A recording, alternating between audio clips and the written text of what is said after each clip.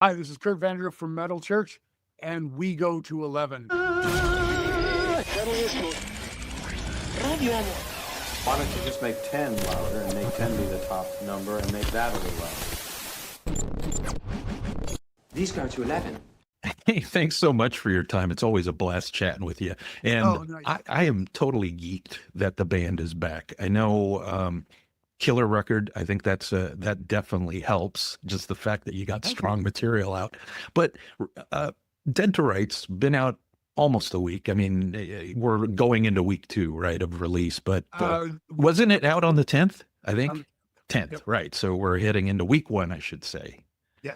See, I'm getting old there, Kurdt. I mean, even though everybody's doing it, everybody's having a little bit of a lax in the memory, but strong record. I think everything I read about it is all positive, which is really awesome. Yeah.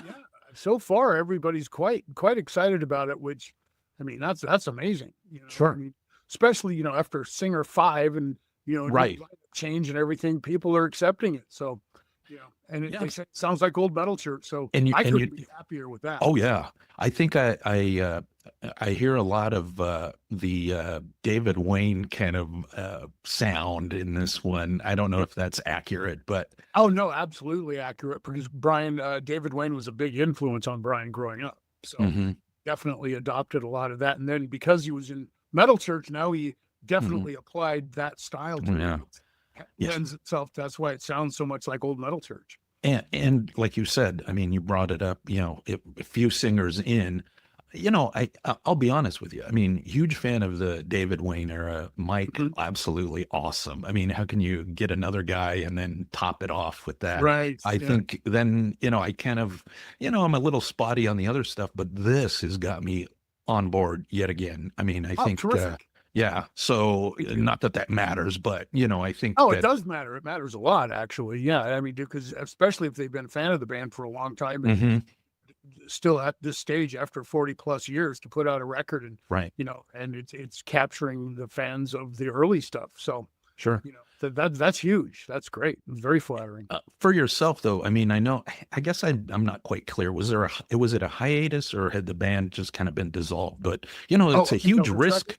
And it's a huge risk coming back too, because then you lose that momentum. Yeah, I was done. I shut the band down after our last trip, and I was just I'm done. So I just shut it down and was busy doing other things and like that. And then all of a sudden I get these MP3s of I didn't know who it was at the time, and so it turns out it was Brian. And the next thing I know, Dave Ellefson is talking to Rat Pack Records saying, if I put the band together, then he would, be very interested. And I was like, wow, that was great, because Dave and I have been friends for 40 plus years. Sure.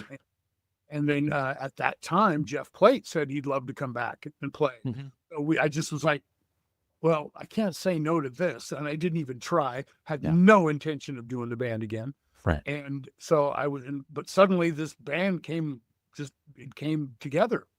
Yeah. And unfortunately, Jeff couldn't stay because of the Sabotage reunion. That really started taking off, and that's great. I'm so happy for those guys and happy for him. But then within a few days, I was in touch with Ken Mary, and he got on board. So I was like, there's no way I'm saying no to this. So I just took it as a sign. Right. I mean, and it sounded like it just came together, huh? I mean, I think you heard. Now, was this something similar to like the Mark Tornillo thing where he sent some, previous Accept tunes and Wolf heard it and goes, "What the hell is this?" I mean, well, I didn't know his story, but I really like him. I think he's great. Yeah. But yeah, if that's the case, that's exactly what happened. Okay.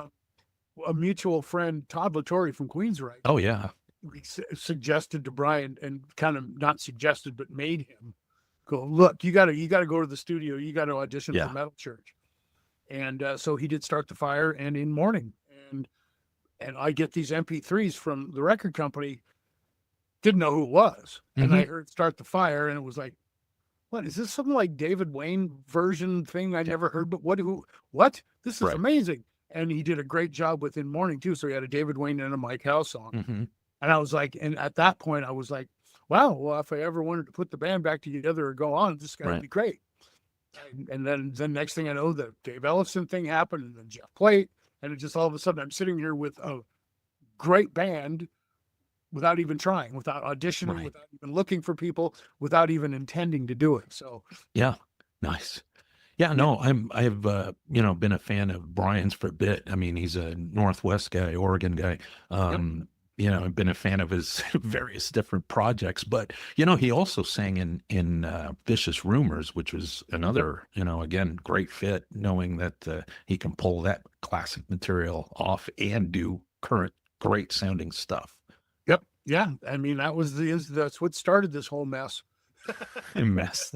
Yeah, it turned out to be a pretty good thing, though. I mean, overall, again, so this just all fell into place, and you're like, hey, now I'm motivated here. Well, now I'm like, I guess again, like I said, I took it as a sign, kind of like, okay, yeah. So I just kept going forward. Nice. Here we are. Yeah. Well, there you go.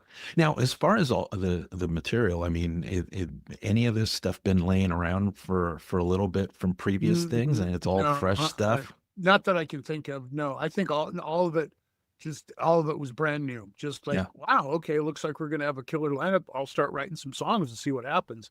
Yeah, and it just kind of it again. The whole thing was so easy, just so effortless, and just so everything That's falling awesome. into place.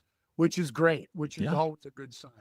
Yeah. So it's all new material, and it's all it's been specifically for this. Well, I got a couple follow-up questions to that. One, what was the length of time that you guys started working on this? And second to that is, how do you keep something like this under wraps? Because when you have, somebody like Dave Ellefson involved, I mean, if that leaks, then it's just like, you cat's just out of the make bag. sure that you don't say anything to anybody. Oh, really? So it was just you just make it very clear to everybody, do not talk about this until we're ready. And that's what we did. So I mean, writing this stuff, that was your other question? What was the length of time that it took for you to put this album together, as far as writing the material? Once I got started writing, it takes me a few days to get in the mode, to kind of get in writing mode and let it start flowing. But I think I wrote, the 15 songs in like a month, and then gave everybody the demos, and they all learned their part. Nice. And that was it. And then we started recording. Yeah. So, but it was done in pieces. It wasn't all done consecutively. We did all the recording here in my place, but Ken did the drums at his place. And so that was nice. And that's one of the cool things about the business, is that you can exist and get work done even if you live remotely. So, so that makes it very nice. But yeah, I think altogether it probably took a couple of months. It wasn't all like, okay, here we're doing this and immediately all right there. But I mean, collectively, the time that was spent on and I don't know if you can speak a little bit about your history with the bandmates, Ellefson and Ken, because he's a Seattle guy. I mean, Fifth Angel, and he's also doing Flotsam and Jetsam, and various. Great White. I think so he's doing all sorts of stuff. Well, the hit. Well, Dave and I have known each other since the beginning, right? When Megadeth started, we'd done a few shows where they were actually opening for us because they were brand new. And and just being part of the scene, we were, just playing, and we'd end up crossing paths and just became friends over the years.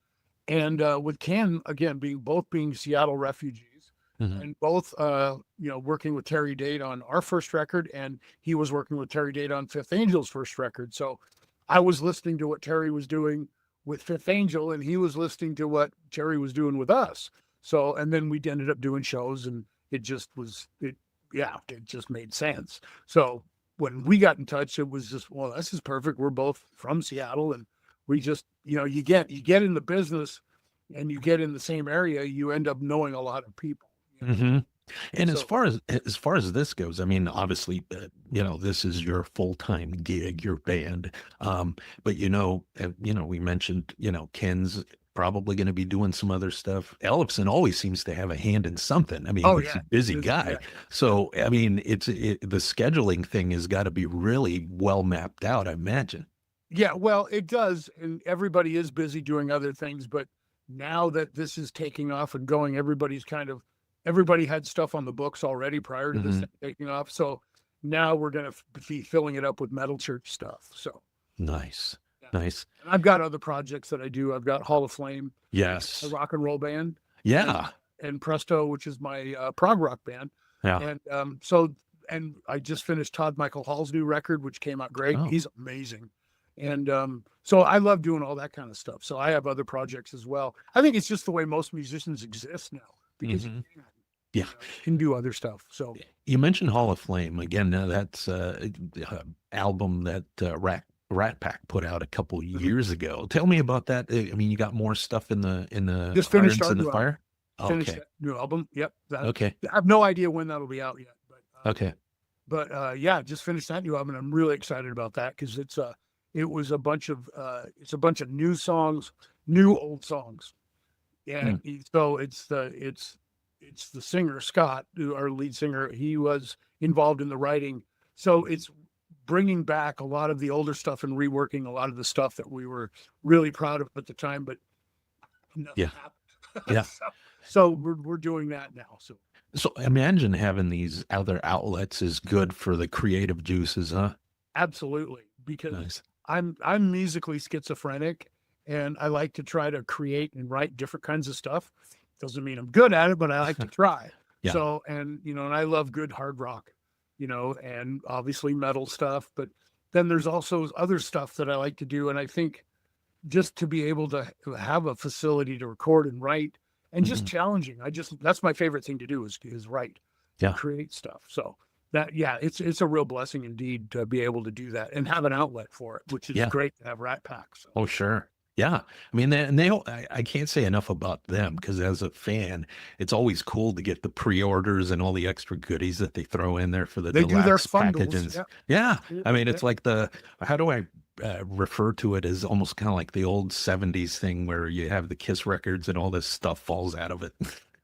It's the way it should be, man. Yeah. It should be. You get stuff, and it's also, again, kind of bypassing everybody who does everything, streaming and downloads. I mean, that's fine, but there's nothing better than having the physical thing. That's part of the experience, as far as I'm concerned. Sure. So, Yeah, for sure.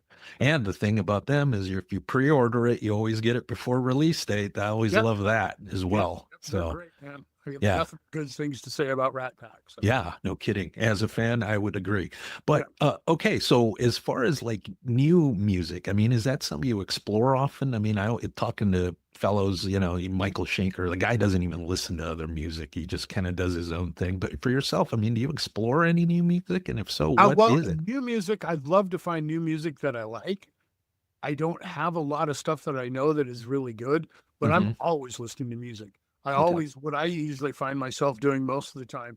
Yeah, if I get turned on to something new, love it, because new music is great, and to live in the moment creatively, musically is great. But most of the time I go back and dig into stuff I didn't have time to look into, like late 60s, early 70s stuff. There was so much stuff going on that was really good that I missed. But just because you only have so much time to get into it, you're only aware of so much. So I go back and start digging into stuff that I missed and went, wow, that's great. And, I'll go back into the 80s stuff and listen to, dig into stuff that I wasn't paying attention to. And, and really, so it's kind of like, and the bands have a catalog of stuff, or go back it's like, I never paid attention to that band. I should look into that. And then I'll go buy like ELO's catalog. And I pretty much only listen to vinyl. So I go back and dig through old used record stores and stuff. It's kind of a good pastime. But new stuff, as much as I can find it. Yeah, absolutely. I'm always looking for new music. Always. Nice. As far as for yourself, I mean, again, you were duking it out in the clubs in Seattle and stuff like that, and you had all your contemporaries. Is there a particular band that didn't break that you're like, man, they should have really broken? Oh boy, like Seattle band, you mean? Yeah, that you guys played with or performed with in the clubs. There was a band called Son of Man in Seattle, and this was during Hall of Flame time. Okay, so they were great, and I thought they should have broke. But I think it was just at the end of the grunge thing, so that kind of dying. Their timing was off, but they were great. Yeah. God, I know I'm going to think of a few people that I should mention that were great that Boy, that's a good question. And if I'm forgetting you I guys, stumped you. yeah, well, I know there's a few, but yeah, there should have been. Yeah, I'm sure there was a few. Hmm. But off the top of my head, I can't remember. Son of Man comes to mind. Okay. Yeah, that was really good. But yeah, no, Culprit was, they were kind of pre-Metal Church, but I thought, I don't know what happened, but I thought they should have kept going too. But yeah, I'm sure there is, but I can't think of anything off the top of my head. And you mentioned that grunge era. I mean, what was the relationship between you guys and some of those up and coming bands at that time? Because again, same scene, slightly different music, but yeah, well, Metal Church was, I wasn't in Metal Church. The grunge thing was happening when I was doing Hall of Flame. Yeah. Okay. So, yeah, I mean, we were playing gigs with those bands and stuff like that, but we were very different than what that was going on. We had a different look. We were just meat and potatoes, rock and roll. Sure. And they were doing the grunge thing and doing their thing. So, we got kind of, I mean, we did get a deal with IRS and all that. Yeah. Did go out with ZZ Top and all that kind of stuff, but it was just the timing was really off. So, the relationship, I mean, I love, Alice in Chains and Soundgarden. I know all those guys, and yeah, it was great. So, I mean, it was just a scene that we were kind of playing, but we were kind of we were so like at that time weird. Yeah. We were just rock and roll, and that. Yeah. And how would you describe the Metal Church sound? Because again, early on, the self-titled and then the dark, great records. I think oftentimes people referred to them as thrash. I mean, it's almost like it's a mesh of a lot of stuff. Yeah, it is. And we always kind of fell through the cracks because we were part of the thrash scene movement, with, all the bands that were starting with all our peers. Right. But we weren't really thrash. We had moments. But then I think we were just like, we took all the elements of heavy metal and, put them in a pile. We weren't one dimensional. And I still kind of like that. I didn't want to make a one dimensional record. I still don't. That. So it takes all the elements. So again, we do kind of fall in the cracks. We're just metal. Yeah. And out of curiosity, I mean, as you like you mentioned, you've been at it for a number of years now at this point, and doing set lists. I mean, I don't want to make you sound old, but I'm gonna say young myself. I'm not so young myself. Remember, I've kind of spaced out a little bit at the beginning of this thing, but you have so much material. Again, you guys can headline or you could co-headline, and at that point, I think that just becomes nuts as far as developing a solid set list, because there's stuff you have to play, and then there's stuff that you want to throw in there to showcase the new record. How much of the new record do you plan on showcasing? And a follow-up question to that too, because the last record I was kind of lukewarm on, but I'd be curious to listen to some of the material on that record with Brian singing. Yeah, that's not going to happen. Okay. Yeah, but basically, because I mean, it's really going to depend on, and we're kind of going through this right now, picking the set list. It's going to has to be the classics, like you said, the songs we have to play, and also because Brian can do such a good job with it, that's really important. But we're going to add 2 to 4 new songs in there. It's going to be basically the first 3-4 albums. Drawing from, and then add the new songs in, depending on what we're doing. If we're headlining, we have more room for new songs, and if we're opening, then we'll play a couple. It's really going to depend on where we are on the bill and how long our set is. But it's going to be classics and some brand new stuff. And one of the trends here is bands performing entire records, records in their entirety. I mean, the first thing I thought when I heard Brian's vocal on that, I'm like, holy shit, he could do the first couple records, in their entirety, and that would probably sound spot on. I mean, is that something that interests you guys at all, or have you even done that? Once we did, we were on one of the cruises. Metal cruises when Ronnie was in the band, Ronnie Monroe, and we did the first album in its entirety. And that was pretty challenging, but if we ever did anything like that, that would certainly Brian would be able to nail it for sure. Right. Yeah. I mean, it's not something that we're looking to do, but if somebody asks us to do it, we will certainly discuss it and see how we feel about it. But again, Brian could nail it. So as far as like touring, I mean, I think you've done some dates, I think, right? Not yet. Not yet. You're going to do East Coast, I think, right? And obviously West Coast is coming probably later on in Probably the year. later. Yeah. I mean, everything that's that's booked right now is we got the Northeast to kind of warm up before we go. The Northeast is the end of July, and then we do then we fly to Europe to do festivals and a few one-offs with Armored Saint and Black Label Society and Testament.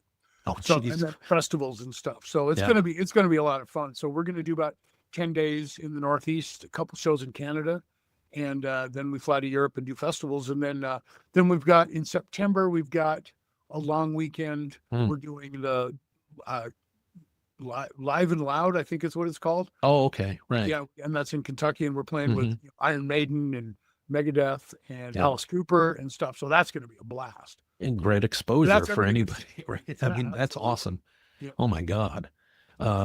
Shoot. I mean, you were talking so much good stuff. I spaced out what I was going to ask you next. Oh, no, I do remember. How cool was it for you guys to tour with Armored Saint on that co-headline? Oh, that's great. A couple years back.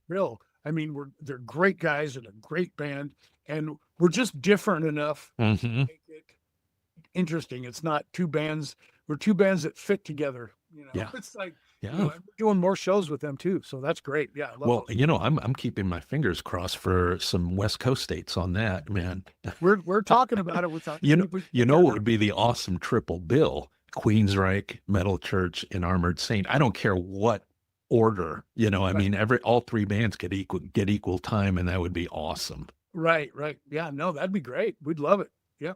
So yeah, we're open to just about anything right now, trying to set it up and let it get going. Now that the album's out, it might be for people to, you know, we'll have those conversations with booking agents and clubs and whoever it needs to discuss. Yeah.